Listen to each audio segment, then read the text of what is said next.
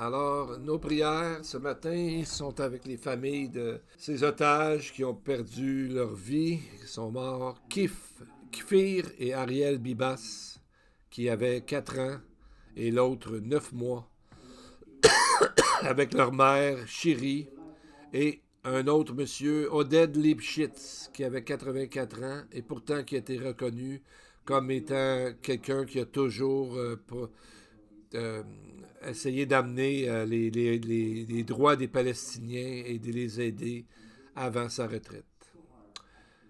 Au moins, ça va faire que la famille va pouvoir faire leur deuil. Et on voit qu'en plus, ils se sont trompés de corps. C'était pas le bon corps de la mère. Et en plus, on a vu, ils ont fait une grande parade avec les tombeaux, comme des trophées, devant de une grande foule et beaucoup de musique forte à Gaza. Ça, je vous dis, c'est vraiment, vraiment diabolique.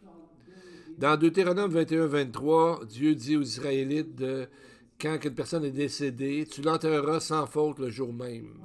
C'est sûrement pourquoi les Juifs enterrent leurs morts la même journée que leurs morts. À peu d'exceptions près. C'est là leur fait que le corps est enterré la nuit suivante.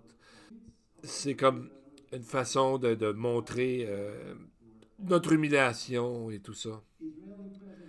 Et il retournait aussi le corps physique à la terre aussitôt que possible pour dire qu'il retourne à la terre comme la Bible dit. Et en plus, lorsqu'ils amenaient les tombeaux dans Tel Aviv ou dans d'autres villes, la foule se promène en silence. Le président Isaac Herzog a dit ceci: les cœurs de toute la nation sont en lambeaux. C'est comme quand vous savez, on voit dans la Bible, quand ils déchirent leurs vêtements à cause d'un blasphème ou à cause d'une grande, grande tristesse. Et cela vient du mot kriya en hébreu qui veut dire de déchirer. Et c'est comme quand Jacob croyait que son fils Joseph était mort. Il a déchiré ses vêtements, Genèse 37.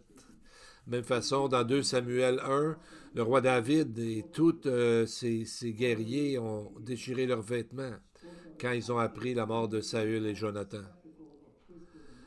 Et le ministre des Affaires étrangères, Gideon Sa'ar, a dit que c'était quelque chose d'horrible et de complètement repoussant comme spectacle fait par des gens avec un esprit monstrueux et diabolique. Et Marco Rubio, le secrétaire des États-Unis, secrétaire d'État des États-Unis, a dit: si ce groupe de terroristes était à notre frontière, on les aurait complètement détruits.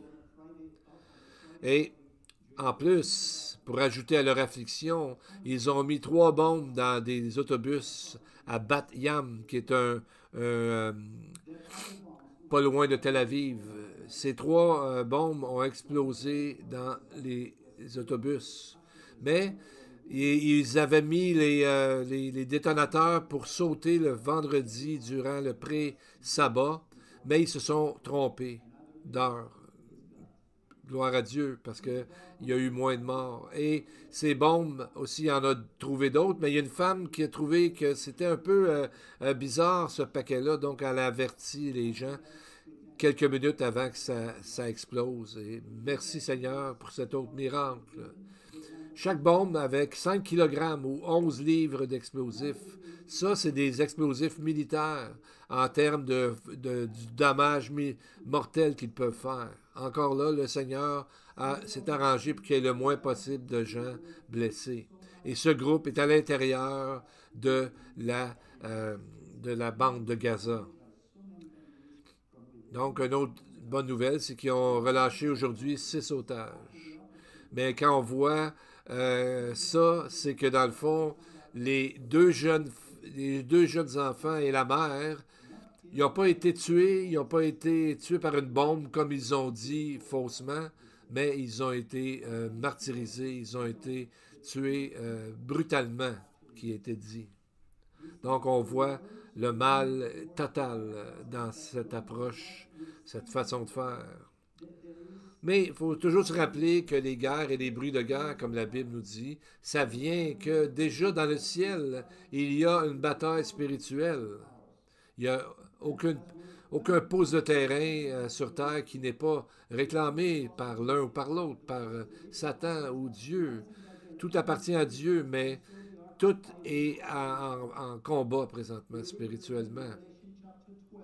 Parce que plus on s'approche de la seconde venue de Christ, les Écritures nous disent que les gens du mal, les anges du mal, le savent que ça s'approche. Apocalypse 12 nous dit « Malheur à la terre et à la mer, car le diable est descendu vers vous, étant en grande fureur, sachant qu'il a très peu de temps. » Cela n'est pas arrivé encore comme tel. Ça, c'est pour les 7 ans de la tribulation qui vont arriver, que presque tous les prophètes dans les Anciens Testaments et dans le Nouveau Testament ont décrit. Mais tout ça va arriver après que les croyants actuels seront enlevés par l'enlèvement. Mais on peut voir que c'est en train d'arriver. Et tout ça est en train de s'accroître, de grandir. Tout ce que les prophètes nous ont avertis déjà. Lorsqu'il a parlé à la nation, Israël, le premier ministre Netanyahou a cité la Bible, Psaume 94, en disant « Dieu des vengeances éternelles, Dieu des vengeances paraît. » Bien, Dieu a promis qu'il va venger Israël, mais ce n'est pas arrivé encore, pas avant que Jésus revienne. Là, il va le faire totalement. Et combien j'aimerais, combien ma prière que Netanyahou lise plus la Bible et l'Ancien Testament que d'autres choses. Mais n'oublions pas que c'est notre rôle aussi à nous. C'est le rôle du croyant de prier et de proclamer que Jésus revient bientôt. Comme Paul a dit dans 2 Timothée 4.2 à Timothée, « Prêche la parole, insiste en toute occasion, favorable ou non, reprend, censure, exhorte avec toute douceur et en instruisant. » Dans ce verset, on trouve 9 commandements, 9 choses à faire, des choses impératives.